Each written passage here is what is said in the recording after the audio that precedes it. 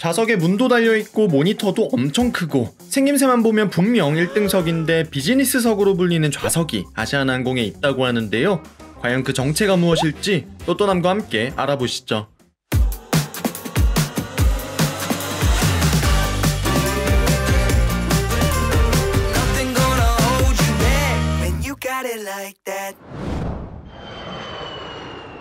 안녕하세요. 또또나는 남자 또떠남입니다.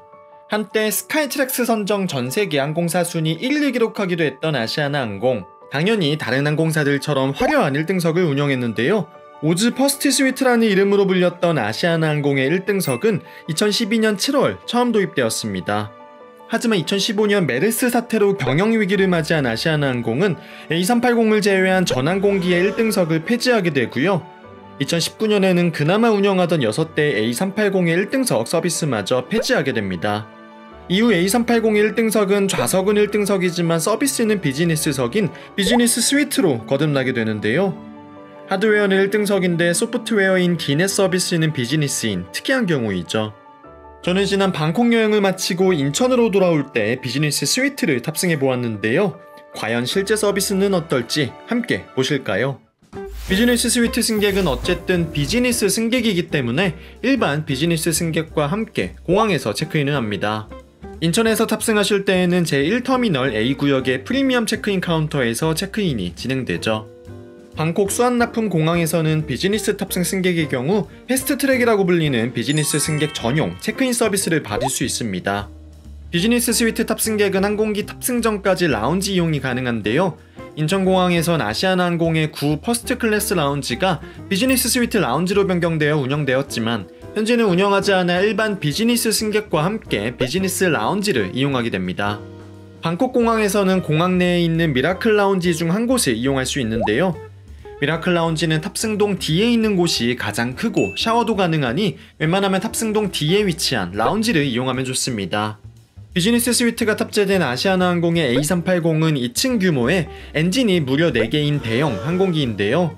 1층 맨 앞부분에 오늘 탑승할 비즈니스 스위트 12석이 자리하고 있습니다. 보딩 브릿지라고 불리는 탑승교도 비즈니스 스위트 승객 12명을 위한 전용 탑승교가 사용되죠. 1층과 2층 뒷부분은 총 417석의 이코노미 좌석이 배치되어 있고요. 일반 비즈니스석인 비즈니스 스마티움의 경우 2층 앞쪽에 총 66석이 자리하고 있습니다. 비즈니스 스위트라고 하지만 좌석 자체는 이전 1등석과 똑같기 때문에 일반 비즈니스석과는 외관에서 풍기는 포스부터 달랐는데요. 가운데 두 좌석은 붙어있어 커플이나 가족분들이 이용하기에 좋고 양옆 창가에 각 한 줄씩 좌석이 배치되어 1-2-1 구조의 배치입니다. 그중 제가 앉은 좌석은 가장 뒤쪽 3A 좌석이었는데요.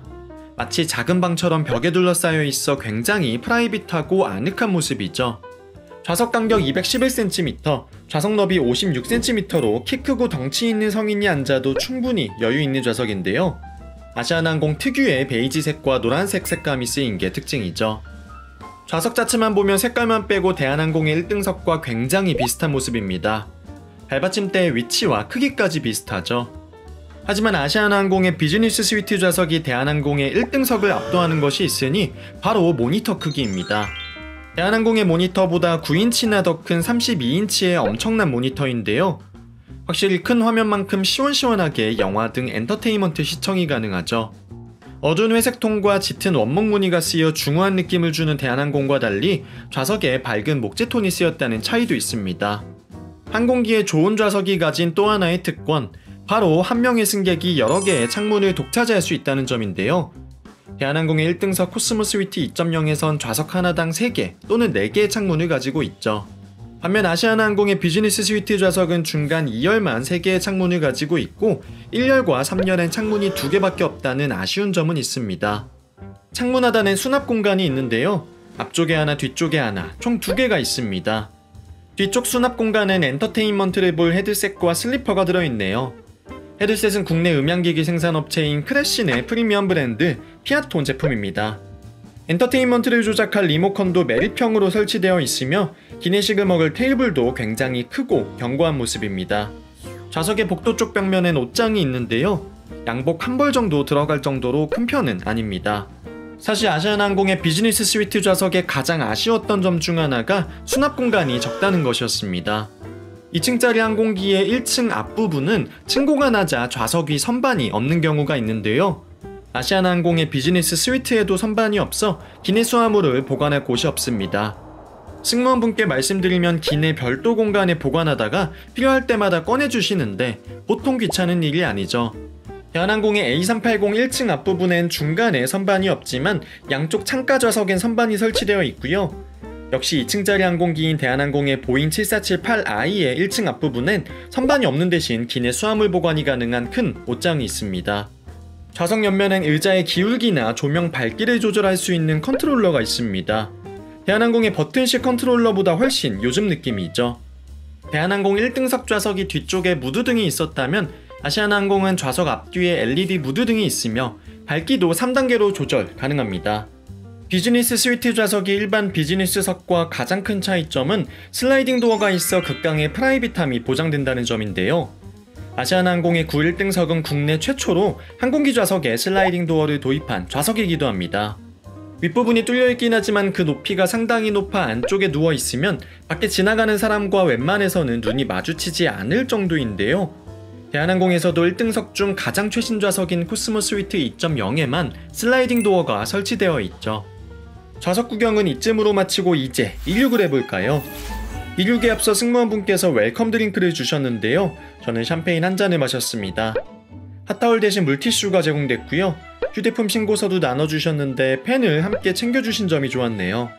아시아나항공의 기내 안전방송은 정말 기내 안전방송이었습니다. 요즘 항공사들마다 고유의 색깔을 가진 기내 안전방송이 많은데 아시아나항공의 기내 안전방송은 정말 안내에 충실한 모습이네요. 방콕 현지 시간 새벽 2시에 출발을 하다 보니 기내식은 착륙 직전 아침 식사가 제공되고요. 그러니만큼 탑승하자마자 바로 주무시면 됩니다. 만 그냥 자기엔 너무 배가 고프죠? 라면 한 그릇 먹고 자기로 결정했습니다. 비즈니스 스위트에선 신라면 블랙, 그냥 신라면 그리고 삼양라면을 제공하는데요. 저는 제 돈 주고는 절대 안 사먹는 신라면 블랙을 주문하였습니다.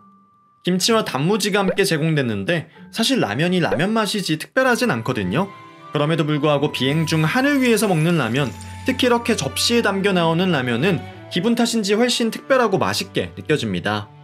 양치를 하러 기내 맨 앞에 위치한 비즈니스 스위트 승객 전용 화장실에 가보았는데요. 오호, 역시 과거 1등석 승객 전용 화장실이었던 만큼 앉아있을 공간도 있고 특별한 모습이네요. 근데 변기가 안 보이죠? 설마 변기가 없는 건가 두리번거렸는데 의자 아래쪽에 숨겨져 있었습니다. 재밌네요. 화장실엔 칫솔 치약과 구강청결제 빗이 준비되어 있고 원래 아시아나항공의 비즈니스 좌석 어메니티가 록시땅 제품인 만큼 록시땅 핸드크림과 방향 미스트가 구비되어 있었습니다. 그러고 보니 기내 어메니티 파우치가 없네요. 아시아나항공은 중거리 노선인 인천 방콕 노선에선 어메니티 파우치를 제공하지 않고요. 담요와 쿠션만 제공합니다. 이제 한숨 자야겠죠? 과거 1등석이었던 비즈니스 스위트 좌석은 당연히 침대와 같이 180도로 좌석이 펼쳐집니다. 앞뒤 길이와 좌석 너비가 어마어마한 만큼 정말 웬만한 싱글 침대같이 큰 공간이 생기는데요. 다만 의자를 펼쳤을 때 대한항공 1등석과 달리 중간중간 빈 공간이 있어 그냥 누우면 침대에 누운 것 같은 편안함은 아니고 약간의 어색함이 있습니다. 하지만 보통 1등석은 베딩 서비스가 있어서 의자 위에 깔 매트리스와 별도 침구가 제공되는데요. 비즈니스 스위트의 경우 방콕 노선에선 침구가 제공되지 않습니다.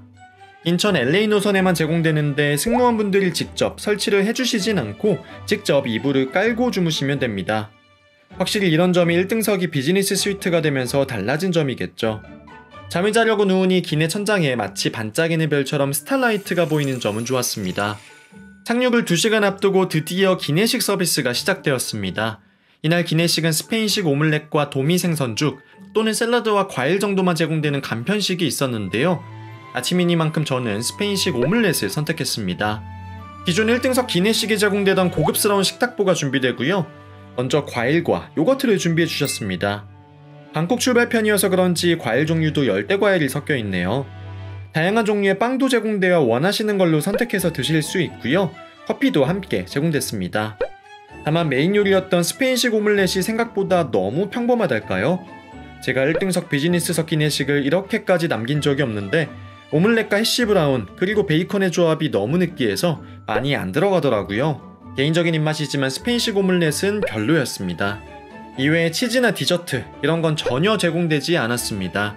사실 제가 최근 한두 달 사이에 중거리 동남아 노선을 타이항공, 싱가포르항공, 베트남항공, 아시아나항공 총 4개 항공사별로 탑승해봤는데 기내식의 구성이나 맛이나 아시아나항공이 가장 아쉬웠네요. 이후 항공기내 착륙을 준비하는데요. 착륙 전 아시아나항공 특유의 스트레칭 비디오와 유니세프 모금 비디오가 재생되었습니다.